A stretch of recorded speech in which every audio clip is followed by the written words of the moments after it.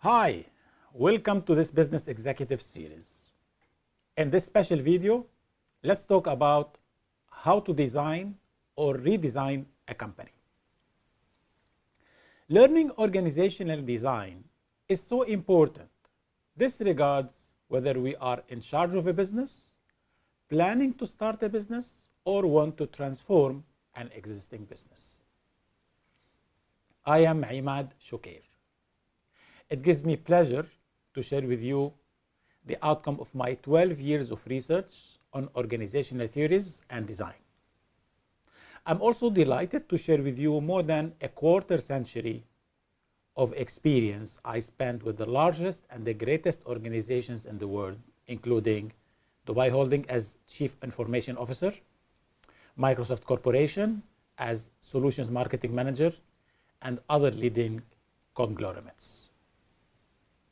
Our agenda covers why learn about organizational design, what is organizational design, the 10 pillars of the organization, how to achieve alignment and succeed, and then we end the video with a concluding statement. There are many good reasons why we may need to learn about organizational design. The top two reasons would be, we need to learn about organizational design if we want to start a new business or improve the performance of our existing business by redesigning our entire organization or some parts of it. In other words, whatever business function we perform, learning about organizational design will definitely help us better innovate and introduce the required changes to improve our business. The second main reason why we may learn about organizational design is if within our business capacity we deal with some external consultants, such as the Big Four, on subjects related to organizational design and improvements. In this case, learning about organizational design will empower us with the required knowledge to maximize the benefits of such engagement. Now, let's see what organizational design is. Designing a company requires setting up its various parts. We call them pillars. Through my research on organizational design, I identified 10 core pillars that make up an organization, in comparison to 7 pillars identified by McKinsey, which referred to as the 7S model.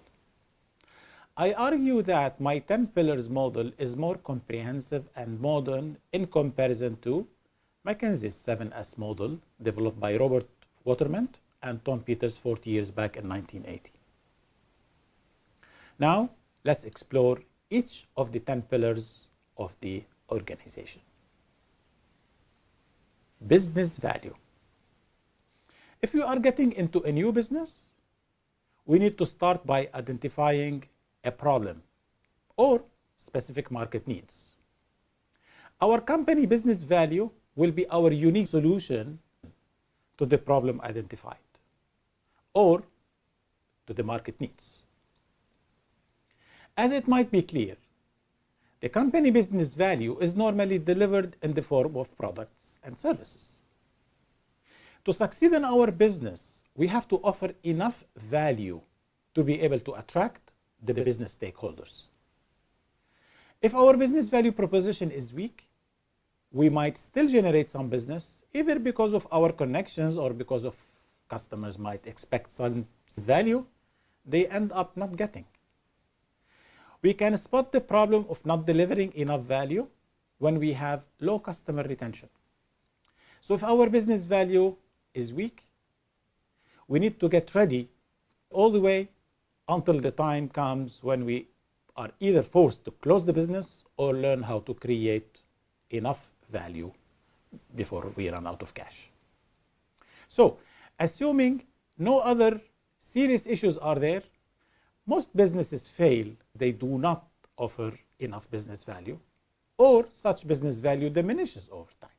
This means the business value has to be renewed over time due to so many reasons. We need to make sure to document our business value propositions and include those as a part of our business plan. We will need that later when we develop our business competitive advantages section in the marketing plan. Let's not ignore our competitors, as the value we bring to the market has to be higher than that of our competitors. Business purpose. After we are clear on our business value proposition, we develop the business purpose statement. The purpose statement answers questions as to why a company should exist. The purpose statement can be broken down into two separate statements referred to as the vision and mission. Our vision and mission statements should align with the ecosystem to which the business belongs, such as customers, partners, and the community. Now we come to the corporate values.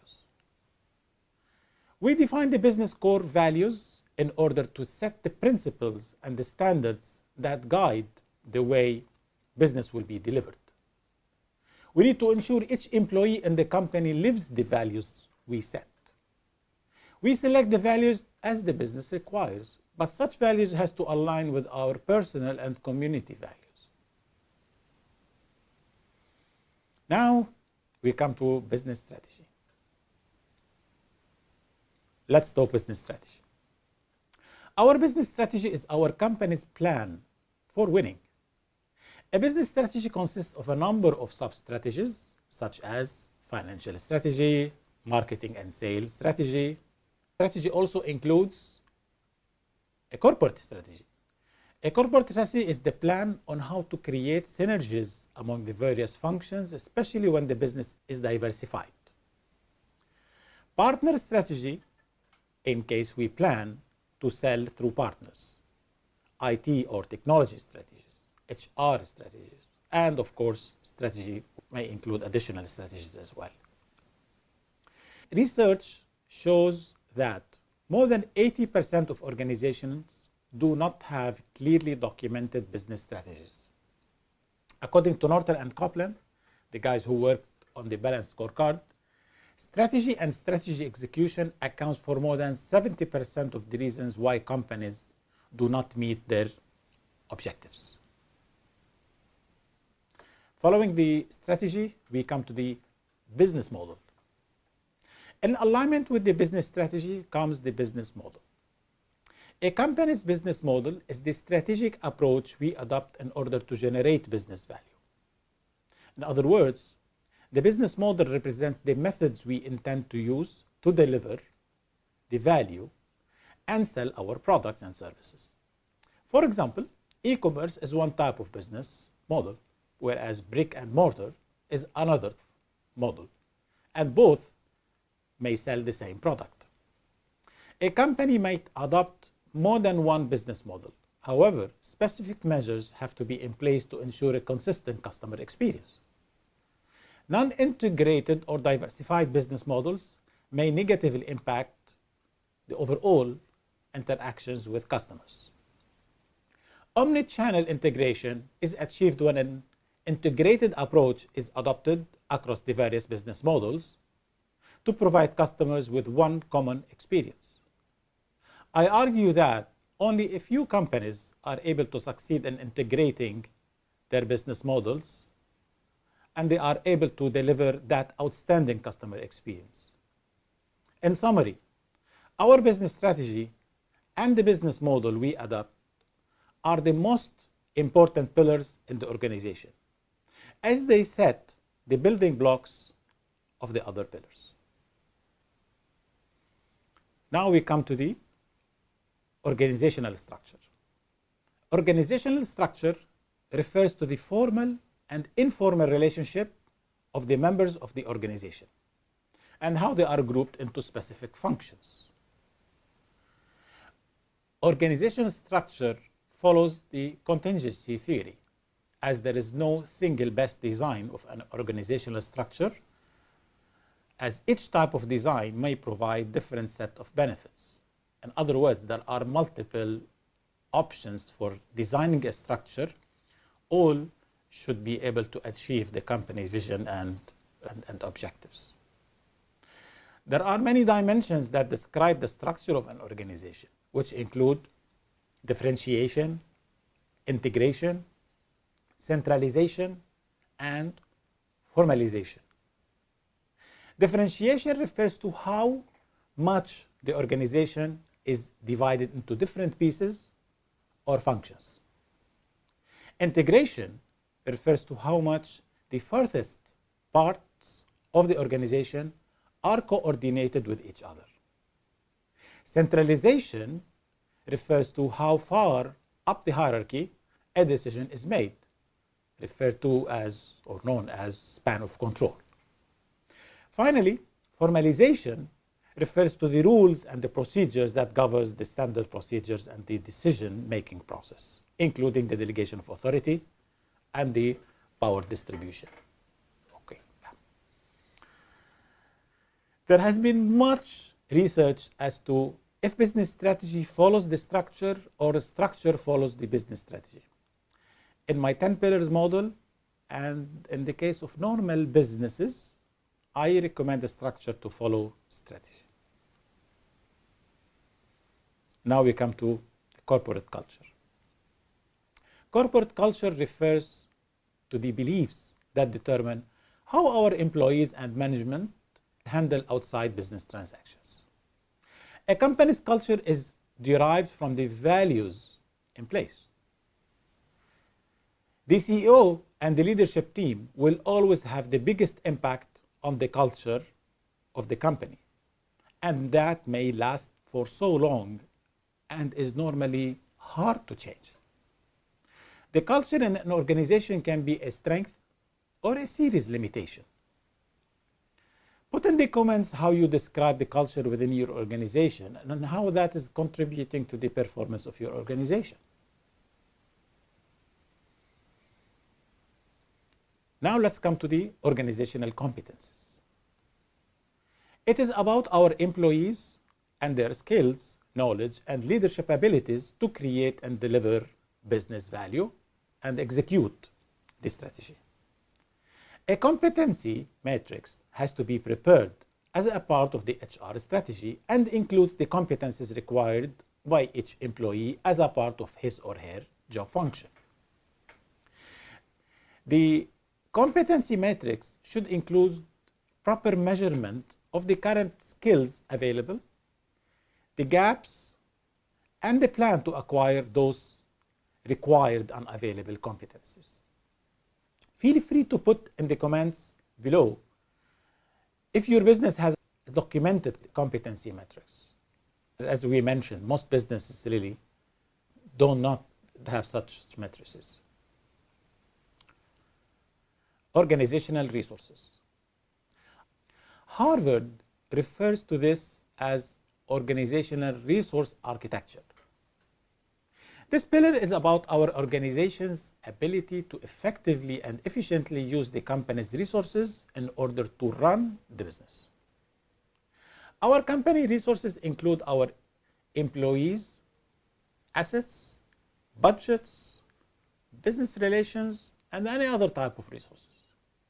Even the structure and the culture are a part of the organizational resources.